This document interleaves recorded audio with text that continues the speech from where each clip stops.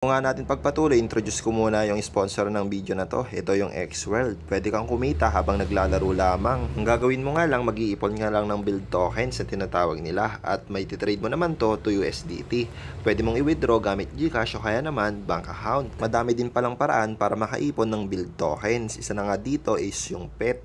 Makukuha mo lang yan ng libre, higher level, syempre mas maganda at mas mabilis mag-ipon ng build tokens. Gagawin mo lang, ipag-prepare mo lang yung mga magkakaparehas na pet hanggang tumaas yung level nila, ganun lang kasimple. At take note, libre lang to ha. Kung ikaw naman yung type of player na nagtatop up sa game, pwede mong gamitin tong X-Sprite, mga NFT monster ito. Pwede kang bumili dyan at mapapabilis nito yung pagpaparm mo in game. Tapos, naka 50% off din pala yan, kaya makakamura ha. Meron din silang event sa first deposit. Magdi-deposit ka ng $2, mga 116 pesos yun. Makukuha mo worth $4. Or pwede ka rin namang maglaro lang gamit itong app na to. Pwede ka maglaro ng Mobile Legends, etc.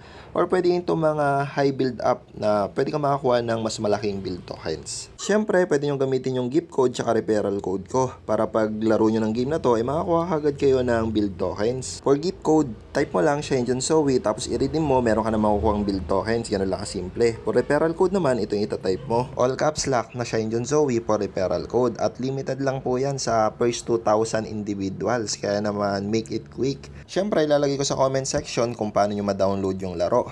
At ilalagay ko na rin dyan yung gift code tsaka referral code.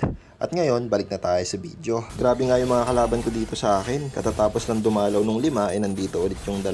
Nandito yung Florin, nandito rin yung Parsa. Buti na lang tinamaan ko ng ulti yung Florin, kaya nabigyan ko na siya. Sabay tamang lipad na lang yung Parsa, ayaw niyang sumama kay Florin.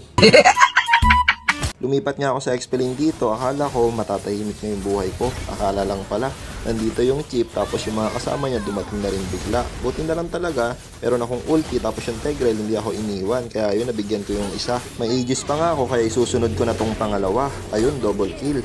Triple kill ko pa sana, kaso nga lang low life na ako, kaya tamang uwi muna ako dito.